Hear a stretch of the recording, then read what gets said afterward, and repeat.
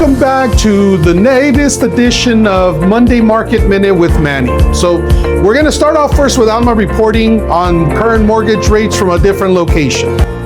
Here's your quick market update for the week.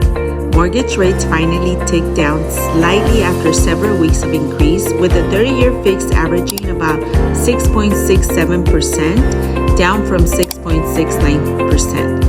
Rates are still in the mid to high sixes range, so buyers remain very payment sensitive. But even small improvements are starting to bring more activity back into the market. The key takeaway: don't wait for the perfect rate. There are opportunities now, especially for buyers who can negotiate price or seller concessions to improve affordability. All right, in today's segment, I got a question that I think every buyer has this year. Is 2026 finally becoming a buyer's market? Because remember, just a few years ago, you'd find a house on Saturday, fall in love on Sunday, right over 50,000 over on Monday, and then somebody would tell you, I'm so sorry, there were 27 offers. You couldn't ask for repairs, you couldn't ask for credits, you couldn't even ask the seller to leave you the refrigerator.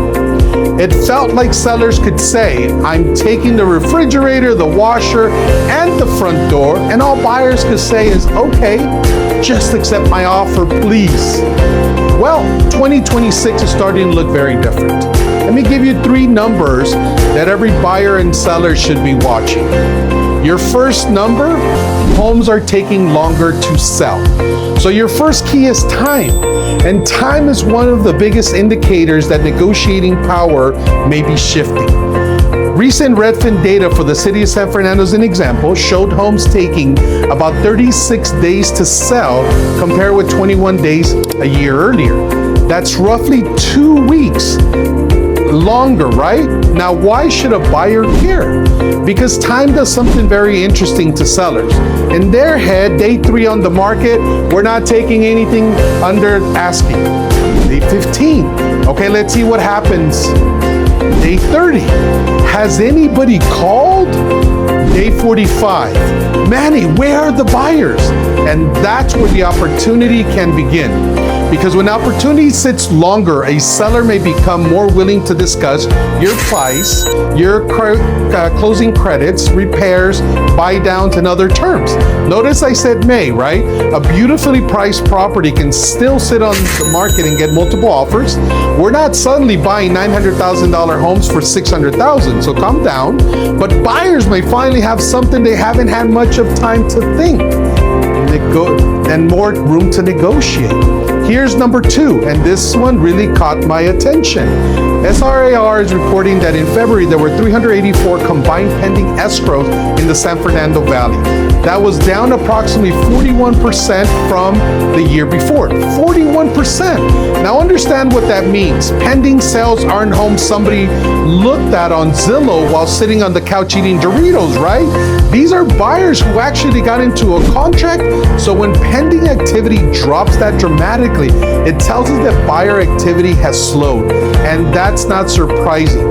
Buyers have been dealing with affordability, mortgage rates, finance, higher payments, and home prices that haven't exactly said, hey Manny, I'm having a clearance sale. In fact, Zillow's June data shows typical homes, at least the value in the city of San Fernando as an example, $751,000, which is still 0.8% higher than a year ago. So it's important I'm not predicting a housing crash. I'm talking about a shift in negotiating power. There's a big difference. Prices don't have to collapse for buyers to gain leverage. Sometimes all you need is less competition. And here is number 3. This may be my favorite. According to Zillow, across Los Angeles County, approximately 42.9% of homes sold below their asking price. Well, almost 43%. I think that's nearly half of those transactions didn't close above asking.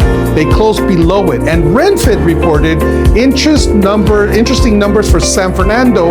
About 33% of homes had a price drop. That's roughly 1 out of every 3. So imagine you're looking at a house listed for $850,000. It's been sitting there 30 days, 40 days, maybe longer, and now there's a price reduction. Don't just look at the new price. That's when I start asking, why hasn't it sold? Does the seller need to move? Are there repairs? Did they start too high? Are there fewer competing buyers? Would they consider a credit? Would they consider a buy down the interest rate? This is where having a realtor who actually understands negotiation becomes important, because sometimes the best deal isn't the house with the lowest price, it's the house where we can negotiate the best terms. So is it officially a buyer's market? Unfortunately, not yet. The market crashing is really a no. That's not what I'm saying. Some homes are still selling quickly. Some are still receiving multiple offers. And Zillow shows houses in the city of San Fernando, as an example, values are slightly higher this year. But look, signals, longer market times, fewer pending transaction, price reductions, home selling before asking, those are the signs that buyers are getting something back that they haven't had enough of. Leverage. And if you're a seller watching this, don't panic. It simply means that this market, price and presentation mattered again. You can't price your house based on what your neighbor got 2 years ago. At $75,000 and say, well, mine has a nicer curtains. The market doesn't care about your curtains. So here's my advice. If you've been sitting on the sidelines waiting for somebody to announce, attention, everybody, today is officially the perfect day to buy, unfortunately, that's never going to happen. The opportunity usually appears before everybody recognizes it. So if you're thinking about buying in the San Fernando Valley or in Southern California, let's look at your price range, your payment, your neighborhood, and determine where the negotiating opportunities actually are. Because remember, don't listen to national headlines. Real estate isn't national, it's local. My name is Manny Meneses with the Sign with Manny Real Estate Group.